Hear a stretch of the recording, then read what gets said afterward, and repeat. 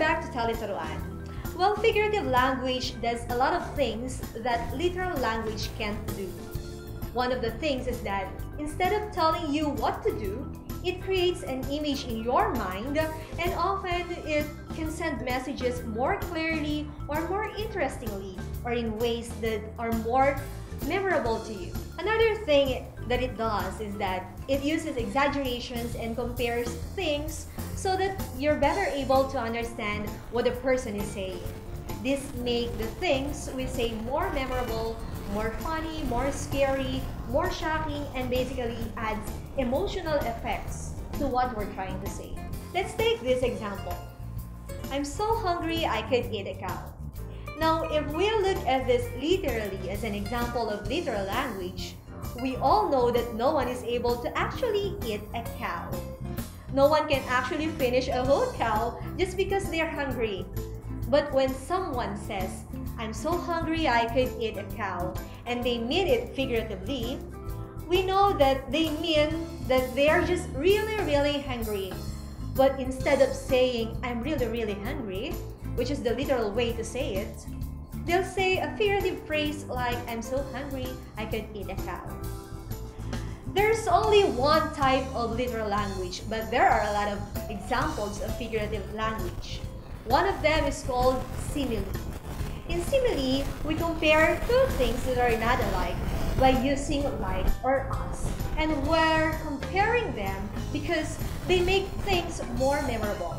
For example, instead of saying that girl is really tall, or that girl is 6 foot and 3 inches, which is kind of a boring way to communicate that, you could say, wow, she's as tall as a giraffe. If you wake up in the morning and take out the pizza left over from last night's dinner and it's really cold, you could say, my pizza is really cold. But you can also use a simile by saying, the pizza is cold as ice. Now, we all know that no pizza is really cold as ice. This simile is a more creative, interesting, emotional way of putting forth what you're trying to say. Metaphor is another example of figurative language. Just like simile, it compares two or more things, but instead of using like or as, metaphors just say the things are. The simile in this example is, my mom is like a teddy bear. But the metaphor doesn't use like or as. So you just say, my mom is a teddy bear. Now we all know that your mom is not literally a teddy bear. But when you say, my mom is a teddy bear, you're basically comparing the warm feeling your mother gives you to the warm feeling that a teddy bear gives you. And while we don't understand this literally, it makes sense as a form of figurative language. Did you able to get the difference between literal and figurative language? Alright, now let's test your understanding of what we have learned tonight. I want you to decide if the sentences use literal or figurative language. The first sentence, Lauren has made up her mind to volunteer every Tuesday after school. What is your answer? Very good. The answer is literal. On the second sentence, thinking about summer camp makes me feel like a bundle of joy and sunshine. What is your answer?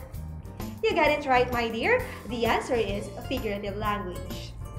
Number 3, as I delivered my speech, my voice sounded as if I'd swallowed rocks and sand. Is it literal or figurative language? Yes, that's right. That statement is a figurative language. Number 4, Jacob expresses many feelings through his photography. Oops, do not be confused. The statement is a literal language.